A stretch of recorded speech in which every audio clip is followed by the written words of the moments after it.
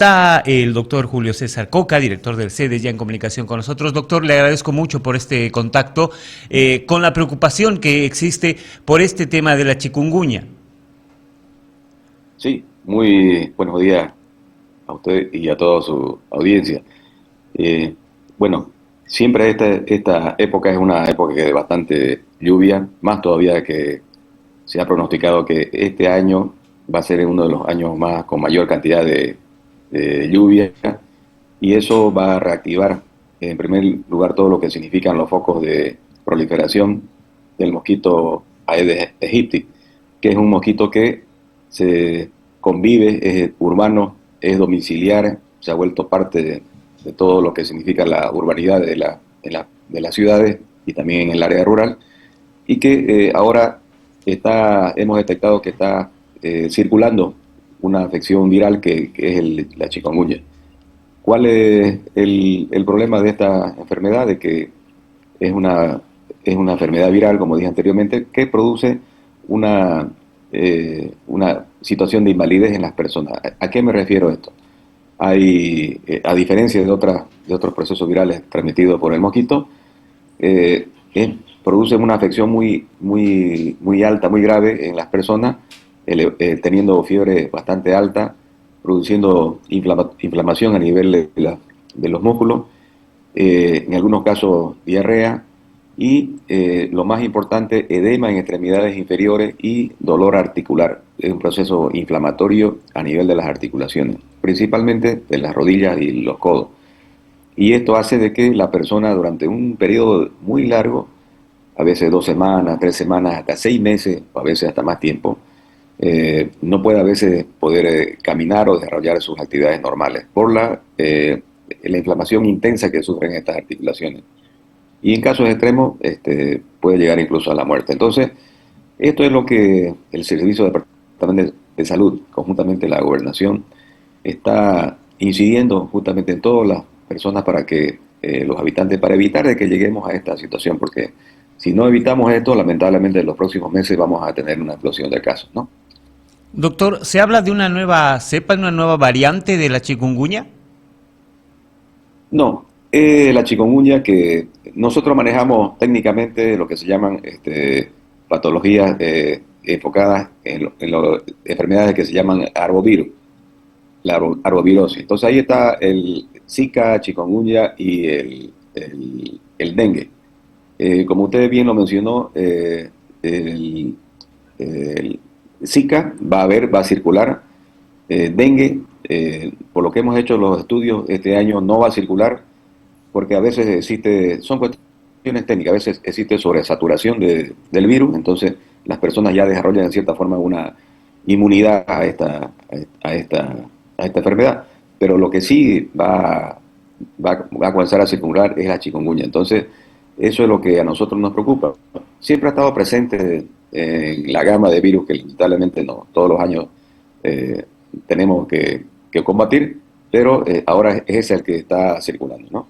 Ahora, hay ya fallecidos, doctor. ¿Qué les llama a hacer? ¿Qué paso va a hacer el CEDES, tomando en cuenta que ya existen personas que han fallecido?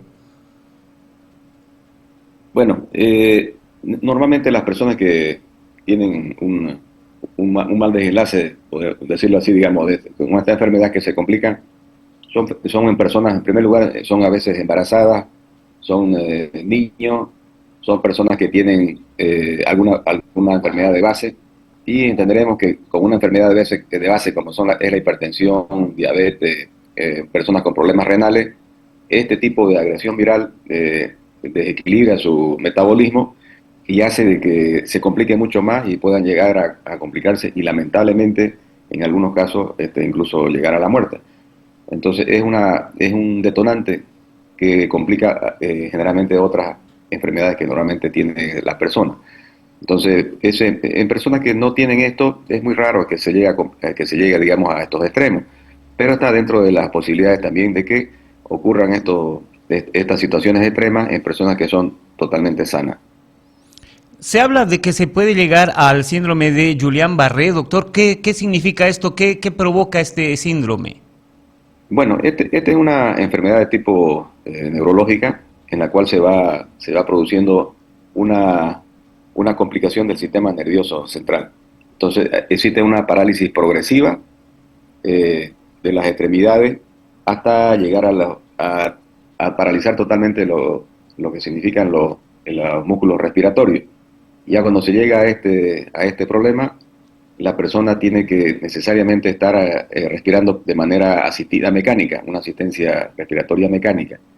Y esto entenderemos de que si no se tiene ese tipo de acciones, va a morir esta persona, ¿no? Eso es la complicación máxima. Y en algunos casos termina con un problema neurológico y ya es una complicación mucho mayor. Pero básicamente, para que entendamos, ese es el síndrome de Guillain-Barré, que no es exclusiva de esta enfermedad, sino otras enfermedades también pueden llegar al mismo cuadro clínico, como es que se presenta en estos pacientes, ¿no?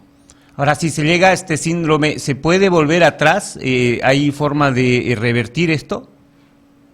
Sí, se puede. Es una enfermedad, si bien es cierto, es muy extrema y tiene una alta tasa de mortalidad y complicación, porque entenderemos que esto ya es una complicación de tipo neurológica central, ¿no?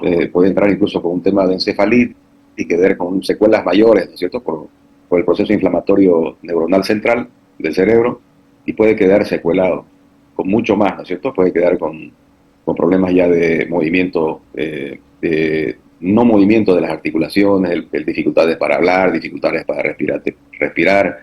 Entonces es una serie de situaciones cuando se revierte. Otras veces conozco casos, y hay muchos casos de que se revierte en su totalidad y vuelve a la normalidad, pero son casos muy extremos que normalmente no tendríamos que llegar ahí, pero están presentes y lo mostramos para ver de que en realidad estas enfermedades sí tiene una connotación muy, muy importante respecto a la salud de las personas.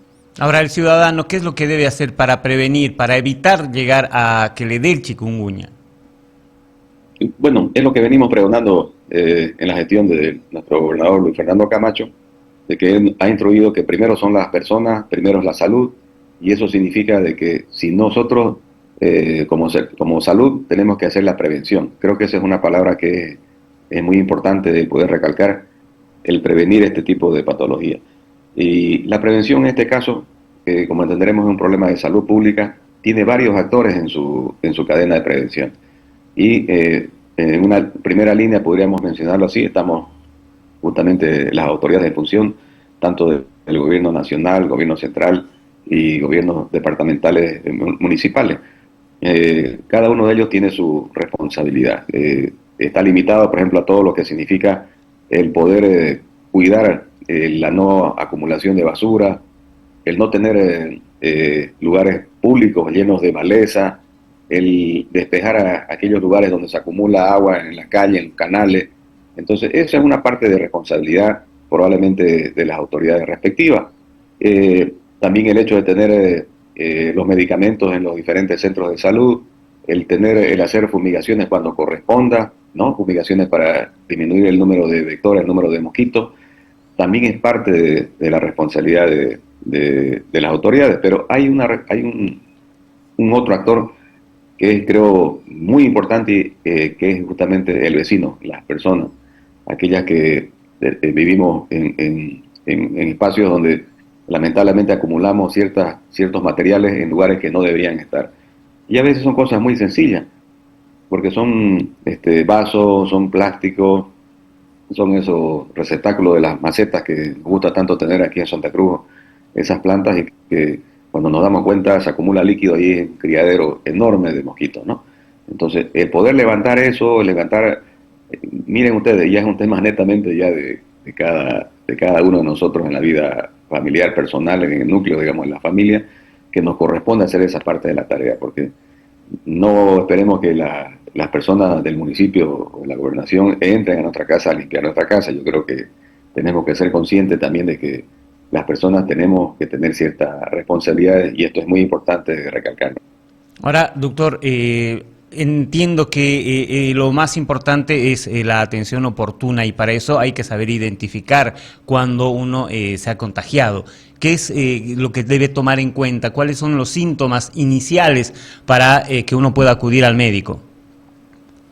Bien, en principio es la fiebre alta, es una fiebre bastante alta, dolores musculares, dolores de cabeza y en este caso algo que es muy, nosotros le decimos patognomónico, pero es una sintomatología muy fuerte, que es el tema del dolor muscular. El dolor muscular, el dolor en las articulaciones es algo que la población debe estar informada y el profesional que lo atiende también, cuando se le da ese dato, ya tomamos mucha atención porque estamos pensando de que se trata de este tipo de enfermedad. Generalmente tarda la sintomatología del pródromo, que llamamos el periodo de incubación, entre 3 a 7 días. Ese es normalmente el tiempo que empieza gradualmente. Entonces, en este periodo es donde uno debe comenzar a acudir al médico, acudir al profesional, para que podamos tener la atención respectiva, ¿no? Ahora, doctor, la recomendación es no medicarse, ¿no? Y sino asistir al doctor, al médico más cercano. En lo posible, sí. Nosotros siempre recomendamos por responsabilidad que acuda a un centro de salud. Una primera consulta que lo va a orientar, además que va a evitar no solo la automedicación, sino que puede ser que esté en un proceso inicial acompañado por otras patologías. Somos a veces muy pocos amigos de ir al profesional. A veces acudimos a un lugar simplemente a comprar un medicamento y a tomar. Eso enmascara a veces los cuadros. Hace que baje la fiebre, mejora la sintomatología, pero no ataca las complicaciones que pues, se puedan venir. Ya cuando acudimos, cuando realmente tenemos un problema ya muy serio, probablemente hemos quemado varios días en haber hecho un tratamiento mucho más efectivo, mucho más económico también, porque hay que hablar también aquí de economía del bolsillo de cada uno de las personas que vivimos, que acudimos a un profesional. Entonces eso también es importante poder considerar en estos aspectos, ¿no? Doctor, yo le agradezco mucho por la información, estaremos pendientes a ver cómo avanza el tratamiento y el control de esta enfermedad. Muchas gracias. Gracias a usted y gracias por darme la opción de poder comunicar esto a las personas para que puedan accionar, digamos, todas estas recomendaciones que nosotros podamos dar. Gracias.